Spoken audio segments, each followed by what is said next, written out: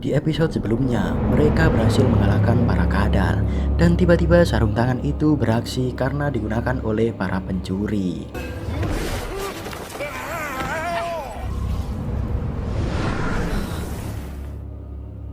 Mereka pun segera berlari menuju ke desa tersebut.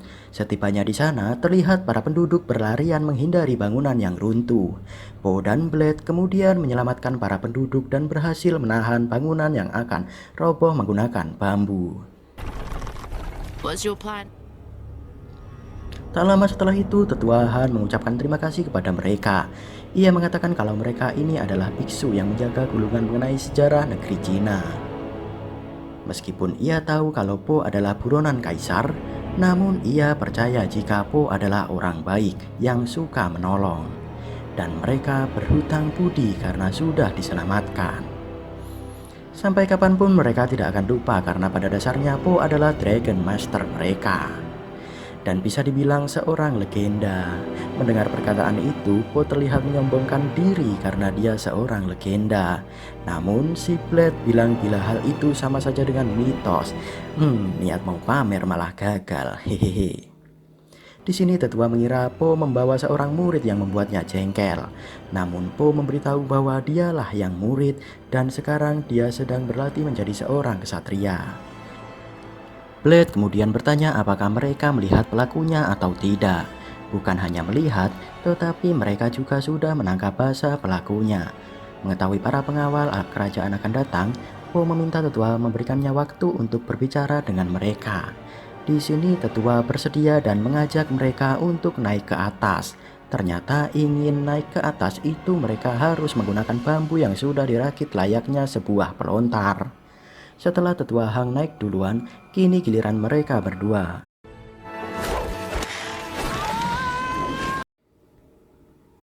Karena saking beratnya, mereka harus menambah personil untuk mengangkat si Po. Setelah berada di sana, terlihat para pencuri itu dikurung di dalam kandang. Saat penutup itu dibuka, mereka dibuat kecewa karena tetua salah menangkap orang.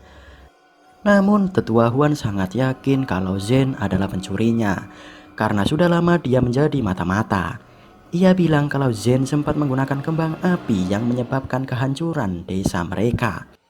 Namun itu tidak masuk akal karena bagaimana mungkin sebuah kembang api bisa memicu ledakan yang begitu besar. Saat mereka akan pergi, Zen mengatakan bahwa dia sempat melihat dua pencuri yang menggunakan sarung tangan. Zen akan memberitahu kemana arah mereka pergi asalkan dia dibebaskan.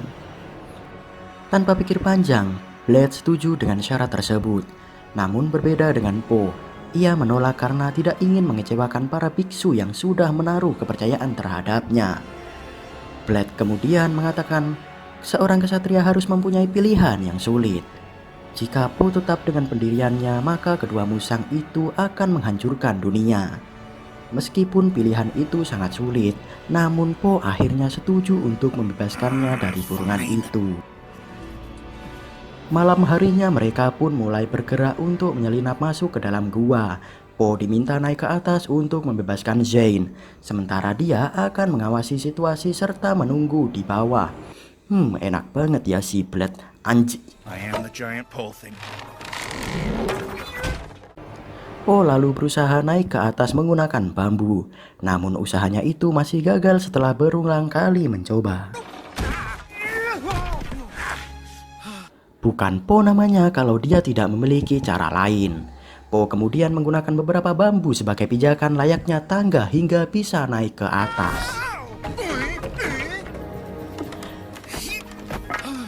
Di sana terlihat dua orang penjaga yang sedang asik main catur. Po kemudian masuk dengan perlahan dan mencoba untuk membuka kunci kurungan tersebut. Hurry up! I'm not good Namun karena kuncinya tidak bisa dibuka, maka Po akhirnya membawanya sekurungan-kurungannya juga. Sialnya saat itu ia ketahuan oleh pengawal kerajaan. Blade kemudian memotong bambu itu, tapi lucunya kurungan itu malah jatuh tepat di gerobak para pengawal.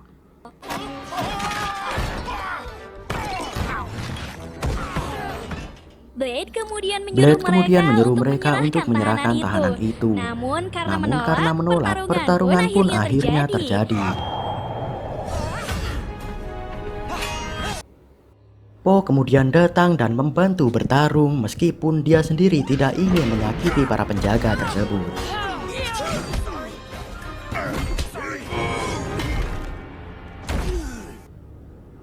Setelah para pengawal berhasil dilumpuhkan, mereka pun segera pergi.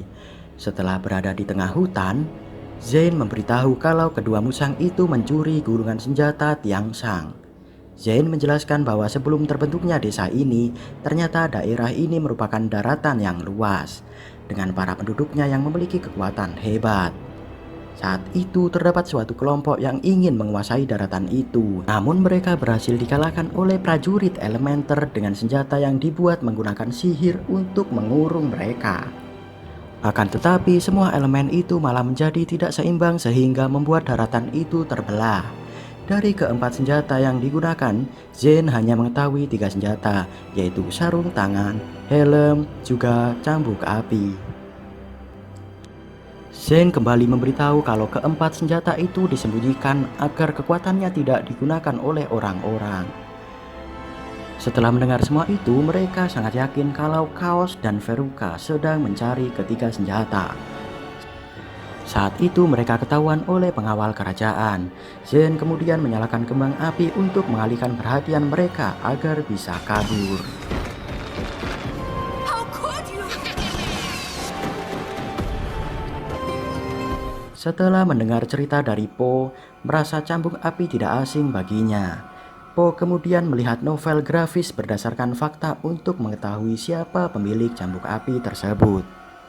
Terungkap pemilik dari cambuk api bernama Master Gigi Panjang, dan dialah yang sudah menyembunyikan cambuk tersebut. Namun saat Po membuka kelanjutan novel tersebut, ternyata malah bersambung. Bikin greget aja. To be continued? To be continued? I hate when it says...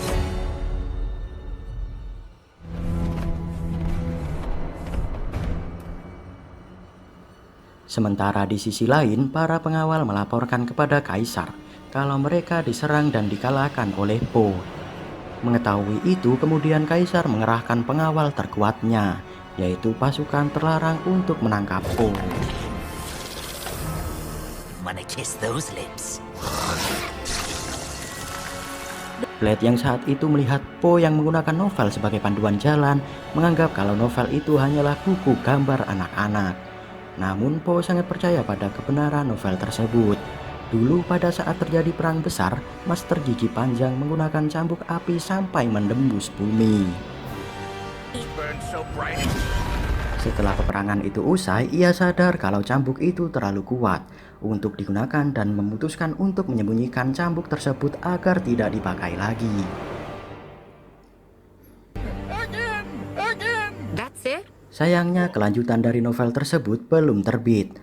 Po lalu mengajak Blade untuk mencari alamat pembuat novel untuk menanyakan kelanjutannya. Singkat cerita, mereka tiba di sebuah desa yang sedang mengadakan pameran kostum. Po yang ingin bergabung dengan mereka lalu diberitahu kalau saat ini dia adalah buronan Kaisar. Tidak habis cara, ia pun menggunakan kostum bambu agar tidak dikenali oleh orang-orang. Third comic book! Saat itu mereka dihampiri gadis kecil dan mengajak mereka untuk bermain. Di sini gadis itu mengetahui bahwa Blade adalah prajurit asli. Po lalu bertanya mengapa Blade membiarkan gadis kecil itu memegang pedangnya, sedangkan Po dilarang menyentuhnya. Blade menjawab dia hanyalah gadis kecil dan Blade bukanlah seorang monster. Singkatnya, mereka berhasil menemukan si pembuat novel yang bernama Gao. Namun saat itu seorang memberitahu kalau Gao sudah meninggal 3 bulan lalu. Tiba-tiba seorang menyuruh mereka untuk pulang, yang ternyata ia adalah anak dari Gao, sang pembuat novel bernama Lau. Lau tidak menyukai mereka sebab ia merasa ayahnya itu milik mereka. Po berusaha mengatakan kalau ia dan Blade sedang mencari cambuk api agar tidak jatuh ke tangan orang yang salah, dan dia membutuhkan lanjutan dari novel yang belum tercetak tersebut. Namun dia tidak peduli dan malah menyiram Po agar cepat pergi dari situ.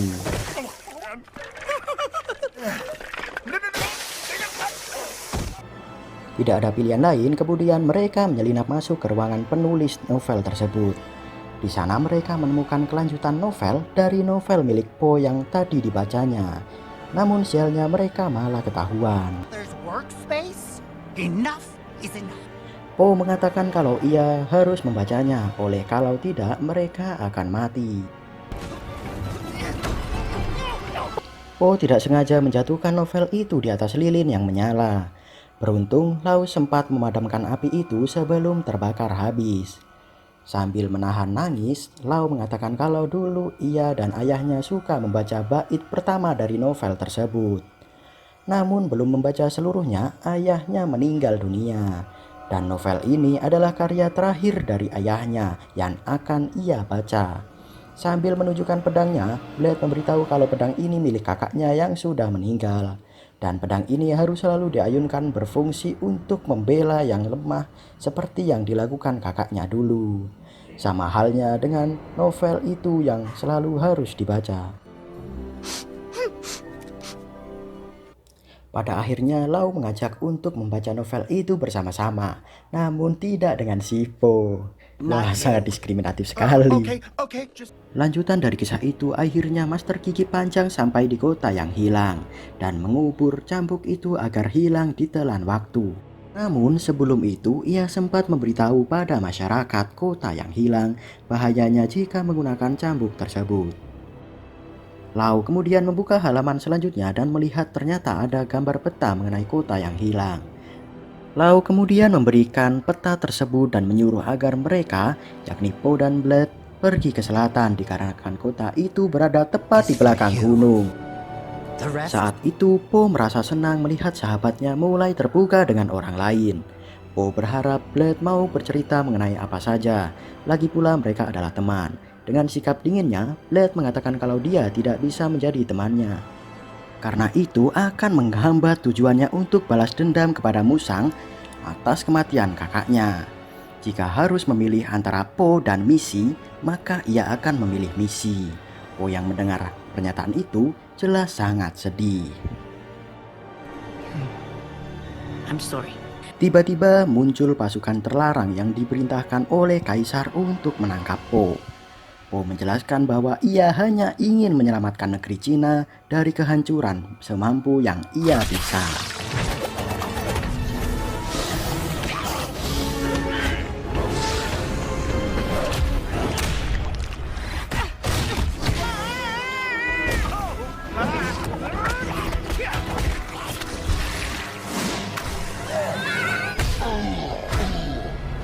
Di dalam pertarungan itu, mereka harus mengalami kekalahan oleh pasukan terlarang. Wah, ternyata sangat overpower juga nih pasukan. Blade dibiarkan begitu saja oleh mereka, sedangkan Po dibawa dan dimasukkan ke dalam kurungan. Saat itu Po meminta tolong, namun Blade tidak peduli dan lebih memilih mementingkan misinya untuk balas dendam.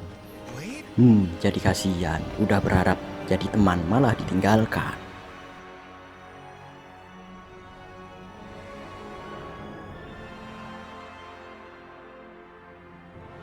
Terima kasih admin ucapkan untuk kalian semua yang stay menonton hingga akhir. Dan nantikan episode selanjutnya ya. See you at the next time.